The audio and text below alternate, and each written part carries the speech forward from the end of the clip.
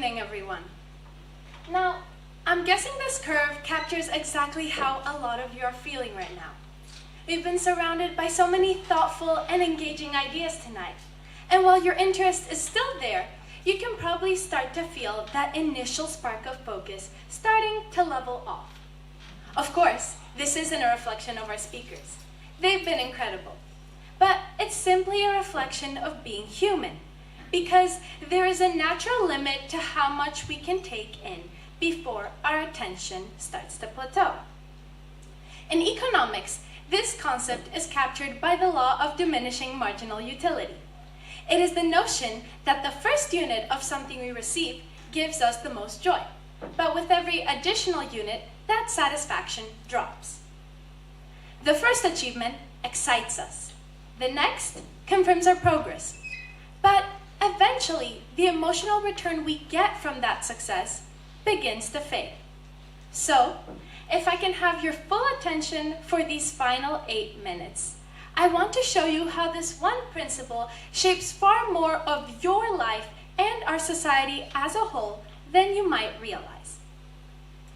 In today's society, we're often taught that effort leads to reward in a straight line. Work harder, achieve more, be happier. But many of us have reached a goal that we chased for maybe even years, only to find out that the win felt hollow after just 48 hours. This isn't a failure of our ambition.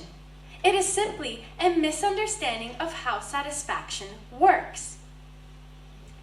You see, we don't measure our lives in a vacuum. We measure them against the person next to us. Economists call this relative income. So, you can be doing objectively well and still feel like you're losing. You can win and still feel like you're falling behind. We see this as early as primary school. A student gets a good grade, but that satisfaction vanishes the moment they realize a classmate go 1 point higher.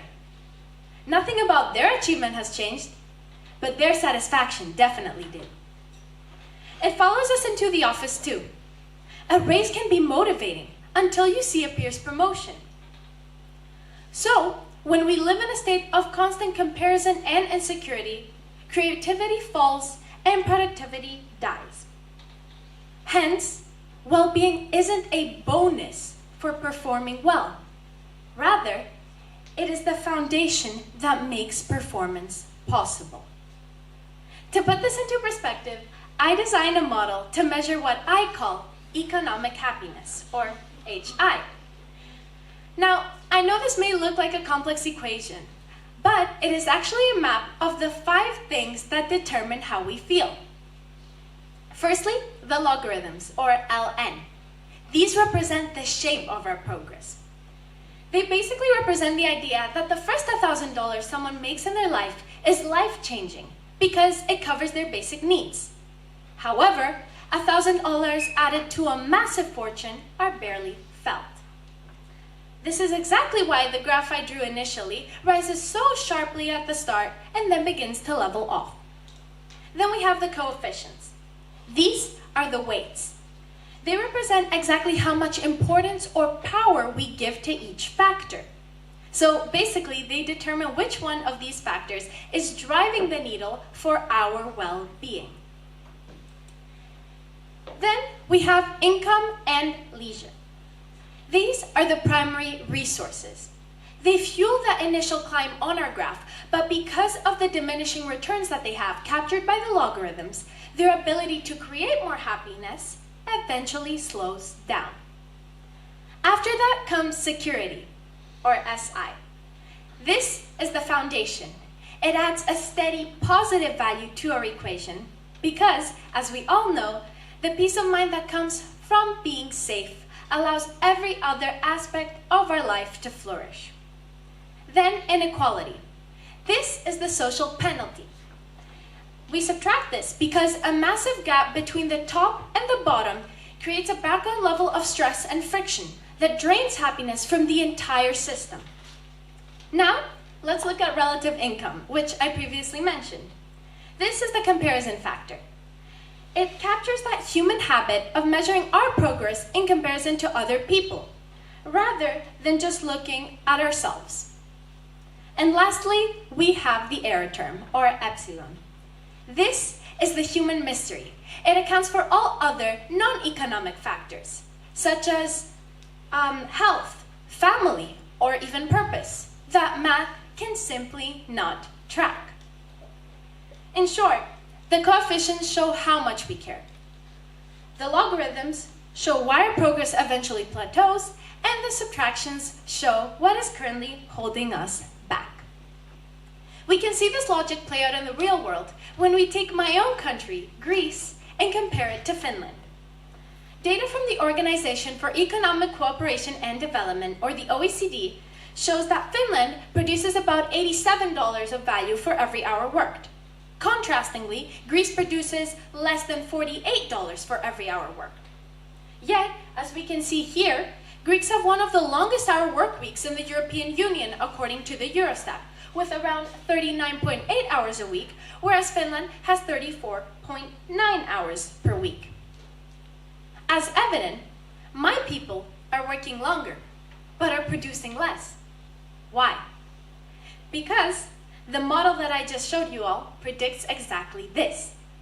When people feel secure, rested, and less trapped by comparison, like in Finland, their effort is meaningful. However, when well-being is sacrificed for hustle, the returns don't just diminish, but they vanish.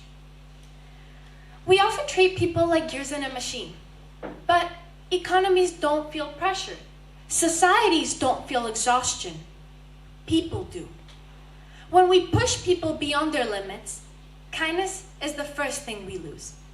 Then connection gets lost. And it's so ironic how we seem to start to pay attention only when the productivity numbers start to drop. So tonight, I'm asking you to change the math of your own life. Pressure isn't the enemy. It's what drives us to be better.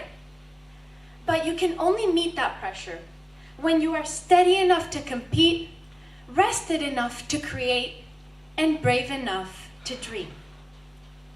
When you leave this room, keep your ambition. But stop trading your life for it. Stop trading your health for a promotion, your family for a paycheck, or your peace for a number.